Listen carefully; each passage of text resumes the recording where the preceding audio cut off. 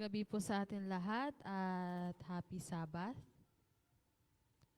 Para po sa ating pag-aawitan, atin pong awitin ng My Hope is Built on Nothing Less.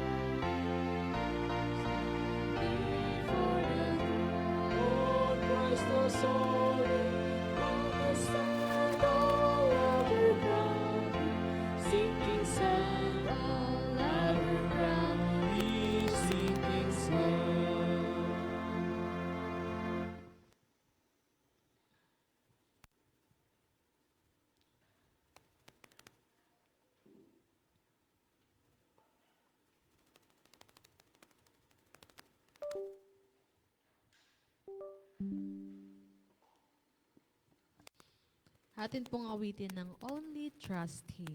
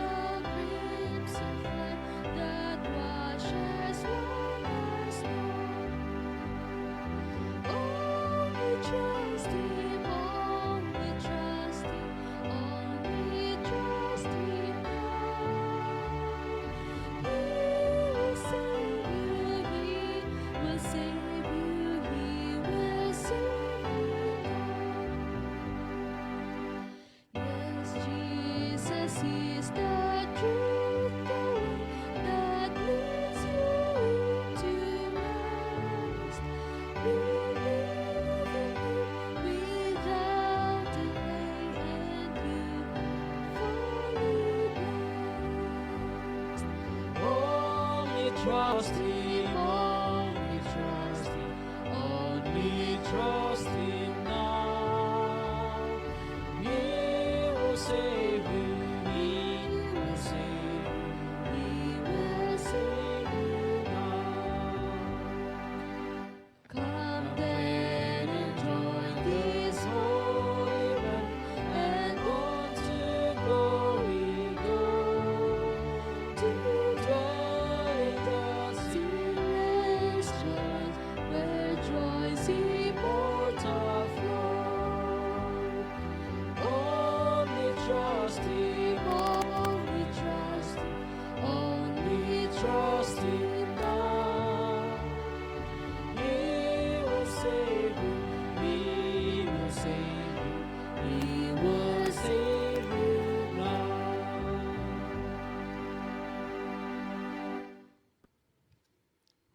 Para po sa ating opening song, tayo po lahat ay tumayo at atin pong awitin ng I Will Sing of Jesus' Love.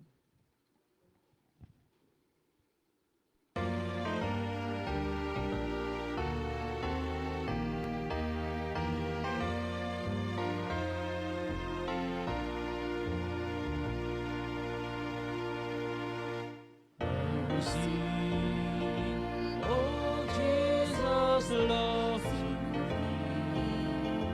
who first loved me down and left bright pearls above, and on Calvary I will sing of Jesus' love in His prayers.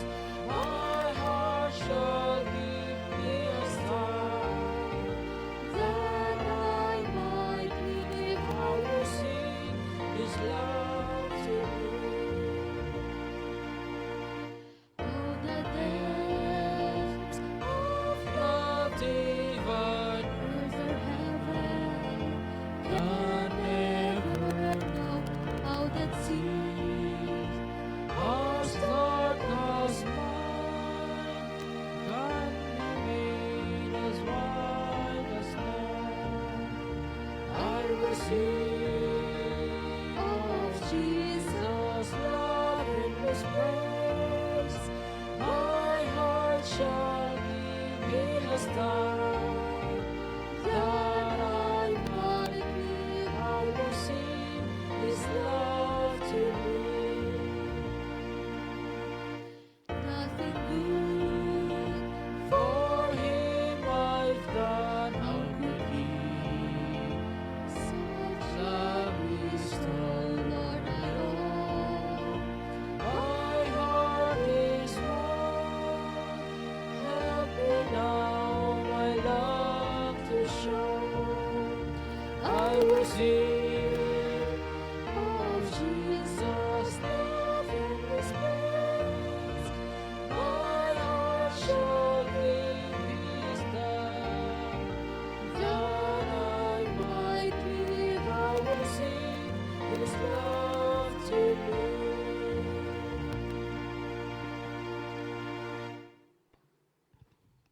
Tayo po yung manigluhod para sa ating panalangin. Dakila namin Diyos na makapangyarihan sa lahat. Maraming salamat po Panginoon sa buong isang linggo na patuloy mo po kaming ginabayan at iningatan sa aming mga gawain. Ngayon din o Diyos, sa gabing ito, naway patuloy po kami bigyan ng katalinuhan, karunungan na aming maunawaan ang iba na salita. At sa gabing ito, Panginoon, dinadalangin po namin na mga kapatid na papunta pa lamang sa iyong bahay-sambahan, ingatan po sila, Panginoon. At yun din, O Diyos, hinihiling namin sa gabing ito na patawarin kami sa aming pag-asalang nagawa. Itong sa talangin sa Panginoon sa aming tapagligtas. Amen.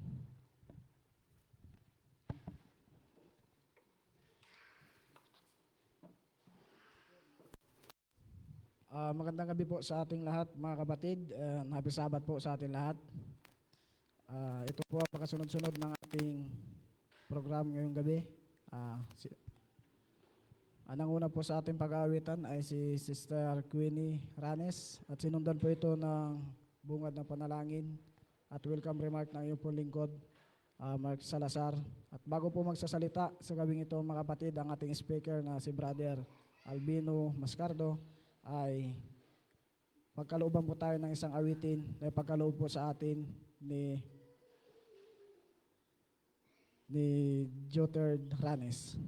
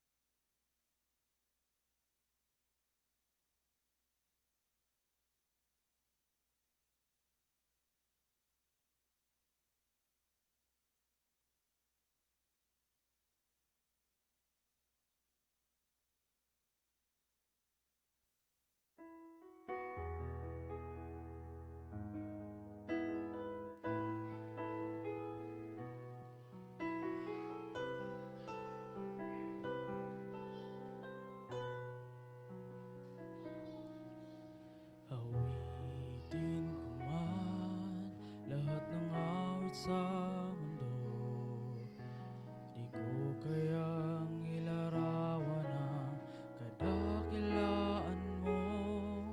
Kulang ang lahat ng tula, kulang maging mga salita upang ihayag ang kabutihan mo. Awitin ko man lahat ng awit sa mundo, di ko kayang ilarawan ang kadakilaan mo. Kulang ang lahat ng tula, kulang maging mga salita upang ihayag kabutihan mo. Wala kang katulad, wala nang papantay sa'yo. Wala kang katulad, wala nang hihigit sa'yo. Ikaw ang Diyos noon pa man, maging ngayon at kailanman. Sa habang panahon, wala kang katulad.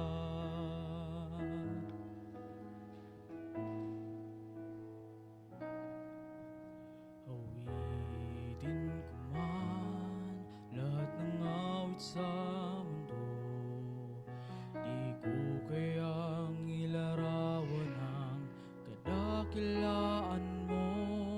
Kulang ang mga ng tula, kulang maging mga salita upang ihayag ang kabutihan mo. Wala kang katulad, wala nang papantay sa'yo. Wala kang katulad, wala nang hihigit sa'yo. Ikaw ang Diyos noon pa man, maging ngayon at kailanman. Sa habang panahon, wala kang katulad. Walang katulad, wala nang papantay sa'yo. Wala kang katulad, wala nang hihigit sa'yo. Ikaw ang Diyos noon pa man, maging ngayon at kailanman. Sa habang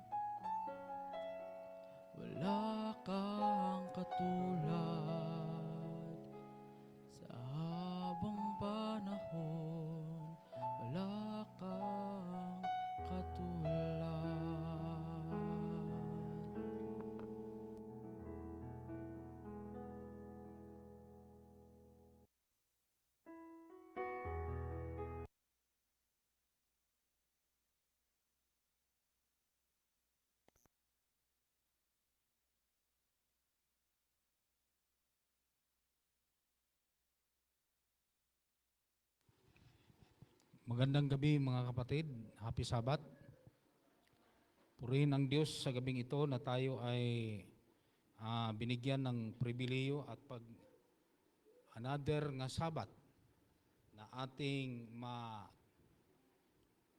matunghayan ang pagpapala ng Panginoon. Ay kung wala ang Sabat, siguro tayong lahat ay patuloy nga magkasakit. Bakit? Wala nang rest day. Sige nang ang mga estudyante, kuwan din yan, pasok. No? Wala nang arrangement ang ating buhay. Kaya mabuti ang Diyos na Siya ang nagbigay sa atin ng kapahingaan. Walang katulad, kagaya ng inaawit ng ating kapatid. Salamat din sa panahon na binigay ng Diyos para sa atin ngayon ay magandang panahon, hindi nag-burn out. At magandang ating kalusugan. At patuloy din ginagamot ng Panginoon ang ating mga sakit. Brother Ronnie, no? Ating mga karamdaman. Brother Arnold. Mga karamdaman natin ay patuloy ina-arrange ng Panginoon para tayo ay makaramdam ng maayos at malusog na katawan. Ang Diyos ay mayroong panukala sa buhay natin para tayo ay magkaroon ng kaligayahan sa pagsunod. Kung mayroon mang role ang sanlibutan ito, mayroon din role ang Diyos. Kaya ang ating pag-usapan ngayon at pag-aralan na ma-remind tayo sa God has role too. Meron siyang role na ibinigay sa atin para tayo ay tapatang sumunod sa kaniyang mga sinasabi sa pamagitan ng kaniyang mga salita. Actually, ito ay nakatala sa The True Revival, The Church of Greatest Need. Ito yung ating aklat na ating i-review sa gabing ito. Bago po tayo magpatuloy mga kapatid sa role of God para sa atin, tayo po ay manalangin. Maraming salamat Panginoon sa mga biyaya, pagpapala na inyong pinagkaloob upang kami ay narito ngayon upang makinig sa inyong mga salita. Ito'y manatili sa aming puso't isipan na aming gabay na maging masaya kami sa paglilingkod at pagsunod sa inyo. Tulungan ang bawat isa sa amin na magkaroon kami ng tunay na panampalataya, tunay na pagsunod hanggang ikaw ay darating. Salamat po sa pakikinig sa inyong mga salita at ito'y aming tanggapin ang aming hiling sa pangalan ni Panginoong Hesus. Amen. Kaya magandang gabi din sa ating mga kapatid nandyan po sa ating online, sa ating live. Nakamonitor yung ating mga kaibigan at mga kapatid na sa iba't ibang dako ng ating buong Pilipinas. Kaya masaya po tayo na mayroong internet at mayroong makikinig sa ating mga salita at salita ng Panginoon nanggaling sa Kanya at tayo'y ginamit lamang. Sabi dito sa banal na kasulatan mga kapatid, sa Psalms 19 verse 7, ang sabi dito, how wonderful in its simplicity, its comprehensiveness, and perfection is the law of Jehovah. It is so brief that we can easily commit every precept to memory and yet to far-reaching to express the whole will of God. Kaya sabi dito sa kanyang sinasabi mga kapatid, sabi niya, ang law of God, ang role na kanyang binili noong panahon sa Israel, ito ay naging perfect. Perfect nga kanyang pinarating sa unang mga tao sa Israel hanggang gayon mga kapatid. Ito'y simple. simple at minamahal para sa pagmamahal sa atin. Bakit po? Pag ito ang kung wala tayong role, mga kapatid, maaaring tayo ay blind sa lahat ng mga bagay na ating sinusunod. Wala tayong alam. Kaya sabi dito, intelligence being capable of understanding, it is requirements to enable to moral law, to man alone, to growing word of His creation.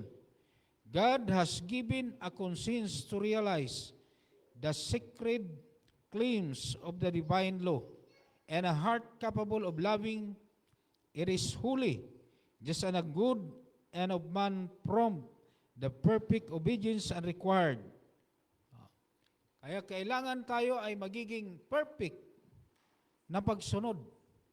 Kasi pagka ang tao nga hindi siya sumunod sa role sa Panginoon, lalong-lalo na sa kanyang mga kautusan, sabi niya, ito ay mayroong kaagibat na kaparusahan. Kailangan, sabi dito, kinakailangan ng Diyos ang kumpletong pagsunod sa kautusan. Kumpleto. Ano yung kumpleto, mga kapatid? Nandoon po, nakalagay doon. Kailangan tayo ay mayroong titingnan natin at i-compare natin ang ating sarili. Bawat isa sa atin. Kung saan tayo naging mayroong pagkukulang. Ang nakaparat dito, mga kapatid, ang sabi ng Ecclesiastes 12:14, ito'y maging katungkulan ng mga tao na maging utos ng Diyos ay ito ay magpakita sa ating mga gawa. Sa kamalian, makita natin yung ating kamalian man o mabuting gawa. Kaya, kinakailangan meron tayong parang siya ay guide para sa ating pagsunod. At ang sabi dito, mga kapatid, and His advancement would be continued not only during the present life, but during eternal age. For however far we may advance and knowledge of, meron siyang ibibigay nga karunungan. Padayon tayo sa pagsunod. Sabi niya, padayon tayo sa pagsunod. Nga kitang tanan, tayong lahat ay pabalik ng ating, hanggang sa pagbalik ng ating Panginoon. Kaya sabi ng Diyos, na kailangan tayo ang pagsunod sa kautusan ng Diyos ay hindi ito, yung mga nagsunod sa kautusan ng Panginoon ay hindi madaling matitisod. Tama ba, mga kapatid? Pag ikaw ay nagsunod sa rule sa Panginoon, kaniyang mga batas, hindi ka matitisod. Naku, napakaganda pala ito. Kung tayo ay mayroong pagsunod nga tama, mga kapatid, hindi tayo madaling backslide, Brother Ronnie. Hindi madaling mahiubos kung sa Cebuano pa. Ano yung mahiubos, mga kapatid? Sa Tagalog. Magtampo. Yan pala ang sikreto para hindi tayo magtampo, mga kapatid. Hindi tayo matitisod. Ang sabi dito, kinakailangan tayo ay maging inspired palagi sa pagsubaybay sa pagsunod sa kautusan ng Panginoon. So kung tayo ay mayroong pagsunod nga kumpleto, hindi tayo matisod. Walang panahon natin nga matisod. Yun ang pinaka-the best. Ang sabi dito, isa sa pinakamagandang sabi ng Panginoon, we are the living in the age of great weaknesses. Multitude are enslaved by sinful custom and evil habits. Ang ating karamihan ngayon, mga kapatid, nagsunod na, instead sa Diyos, nagsunod na sa devil habits. Ano yung devil habits ngayon, mga kapatid? Pag tayo ay hindi sumunod sa utos ng Panginoon, madali tayong magtampo. Hindi na ako magsamba dyan. Yan pala ay devil's habit. Kita mo na kung paano tayo maging reformation nga tama, mga kapatid. Kailangan tayo ay kumpletong pagsunod. Then, lagi nating subaybayan ang utos ng Panginoon at lagi nating basahin ang salita ng Panginoon. At lagi nating awitin ang awit ng Panginoon. Kasi mga kapatid, pag hindi tayo sanay sa pag-awit, alam nyo doon sa langit, awit ng awit na. Di ba, Brother Ron? Hindi pa naman wordly song ang doon ang inawit. Kaya ang problema sa atin, kaya mahilig pa tayo sa sanlibutang mga awit. Ha? Kinakailangan tayo mag-awit, pagsunod, para maging epektibo, abtik, at maging tayo ay laging may connection sa Panginoon. Na training tayo, mga kapatid. Ha? So, pag yan ay sinunod natin, kahit sino mang mga tao nga gamitin ni Satanas para tayo ay ma-discourage sa ating iglesia, hindi na tayo matitisod pa. Maging magulat na tayo at masaya na tayo sa pagsamba sa araw na Sabat. Ibig sabihin, mga kapatid, ang pinakadabis nga pag-intindi dito, pag tayo ay sumunod sa Panginoon, meron tayong matibay nga koneksyon. Kahit anong mangyari, wala nang makaharang sa ating panampalataya. Yan ang pinakamagandang balita. Sabi dito, walang tampuhan.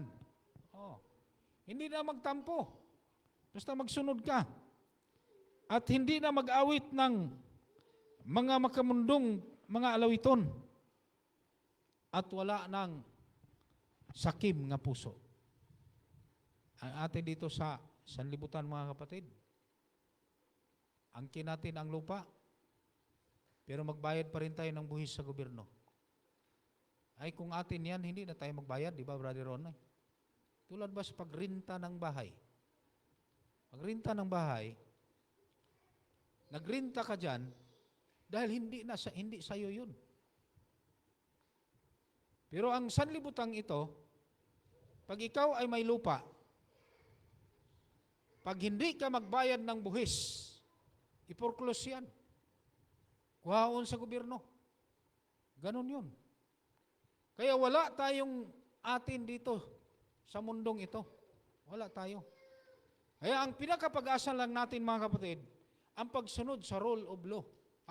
Rule nang galing sa Panginoon para sa atin. Ganon yun.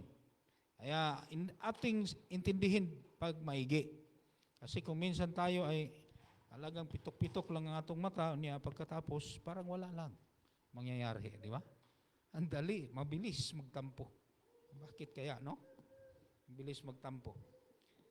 Kaya intindihin natin ang salita ng Panginoon dahil mayroong Diyos na nagbibigay ng guide, rule sa atin, na itong rule na ito ay lagi nating i-review sa ating sarili, sa ating mga hinawakan nga Bible. Kaya yan po ang pinakadabis. Ang sabi dito, ang hindi pagsunod sa utos, mga tamad. Uy, delikado ito. Hindi pagsunod. Sabi ni Sister White sa kanyang sulat, sa True Revival, sabi niya, basahin natin ng maayos. The condemning power of the law of God extend not only to the things we do, but to the things we do not do. We are not to justify ourselves in omitting to do the things that God requires. We must not only cease to do evil, but we must learn to do will. God has given us power to be exercised in good work. And if this power are not put to use, we shall certainly be sit down as wicked as lawful servant. Nako, yan ang delikado, mga kapatid. Pag tayo daw ay hindi sumunod sa rule ng Panginoon, maging tamad tayo. Ano yon? Kasi ni-exercise pala ito'y landong, anino ng ating hinaantay na buhay na walang hanggan. Na kung hindi natin makinabuhi yon, ating masakabuhayan, nakasiguro ko kapatid, na sinasabihan tayo na maging slothful, maging tamad. Yan ang delikado kapatid ha. Tandaan natin yan. Ito, seryosong pakiusap ng Panginoon tungkol po sa mga nagreforma. Tayong lahat, tinatawagan tayo na magreforma sa ating sarili. Ha? Hindi lamang sa mga maliliit. Kaya, habang nagkikinig ako sa debate sa Senado, lagi nilang binabanggit ang kautusan ng Panginoon. At binabasa pa nila ang Santiago. Habang sila nag-debate, sabi ng isa sa mga senador doon, di ba sabi ng Santiago, nga ang nakalapas, ano yun, ang nakalapas sa Tagalog? Ang nagkakasala sa isang kautusan ay nilapastangan na ang buong kautusan. Yan ang ating bantayan mga kapatid. Lagi nilang dinibatihan yan sa Senado. Merong rule, merong batas ang ating gobyerno, pero ang alam niyo mga kapatid, merong na-accept na hindi nasunod ang kautusan. Kaya yan ang dinibatihan nila mga kapatid. Kaya sabi dito, the law of God existed before man was created. He was adapted to the condition of holy being. Even angels were governed by it. Kahit pa ang angel sa langit. Lahat ng mga may buhay, ito po ay mandato na sinasabi ng Panginoon, mga kapatid, na ating sundin upang tayo ay magkaroon ng panampalataya ang matibay. Hindi tayo matisod. Wala tayong katisuran. Walang tampuhan. Patuloy na masigasig na manampalataya. Kaya ngayon pa lang mga kapatid, sabi dito, after the full of principles of righteousness, we are unchanged. Nothing was taken from the law, not one of his holy precept could be improved, and as he has accepted from the beginning, so will it continue to exist throughout the ceaseless age of eternity. Concerning the testimonies, says the psalmist, I have known of the old that thou hast founded them forever. Kahit ang mga anghel sa langit, sila ay mayroong mandato sa pagsunod sa utos ng Panginoon, mga kapatid. Sa batas ng kalusugan, ako ay lapastang din ito noong nakalipas na linggo. Habang ako nagbiyahe patungong Tagbarongis, grabe na akong antok, Brother Ronnie. Uminom ako ng Sting para mawala ang antok.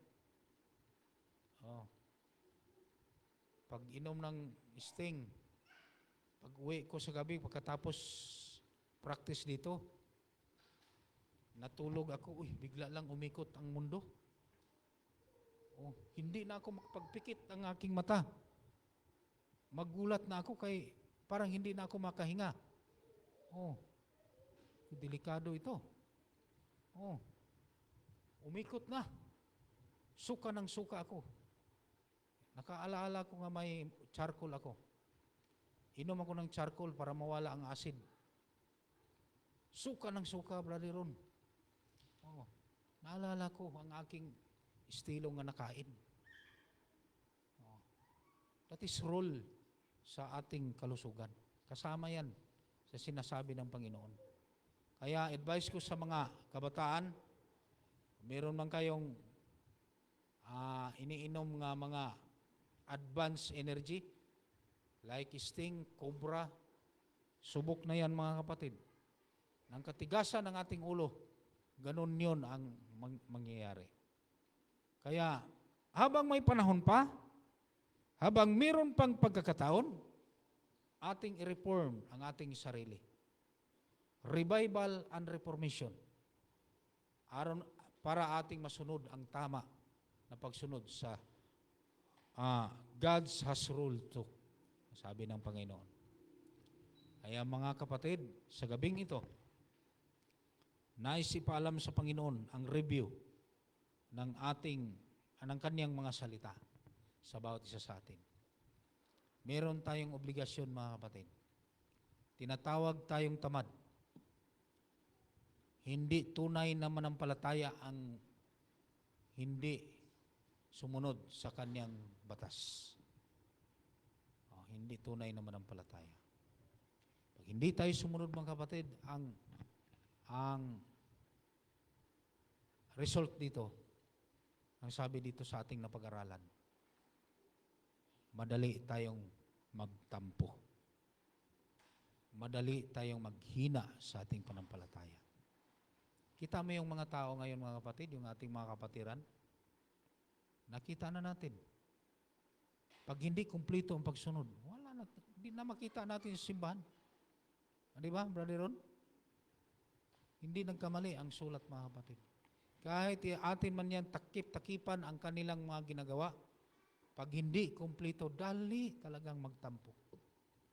Problema. Kaya nire-remind, salamat sa Panginoon na mayroong paalala sa atin sa gabing ito. Tandaan natin yan. Madali tayong magtampo. Madali tayong mahina sa ating panampalataya pag hindi natin masunod kumpleto ang utos ng Panginoon. Yan ang aking dalangin sa gabing ito.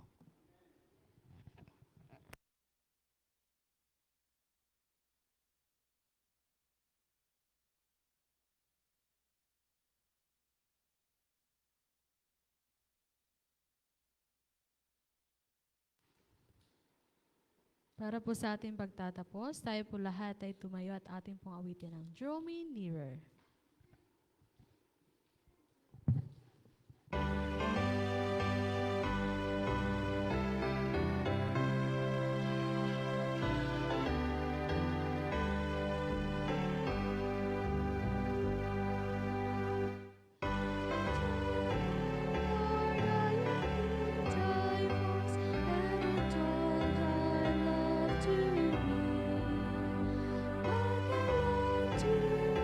To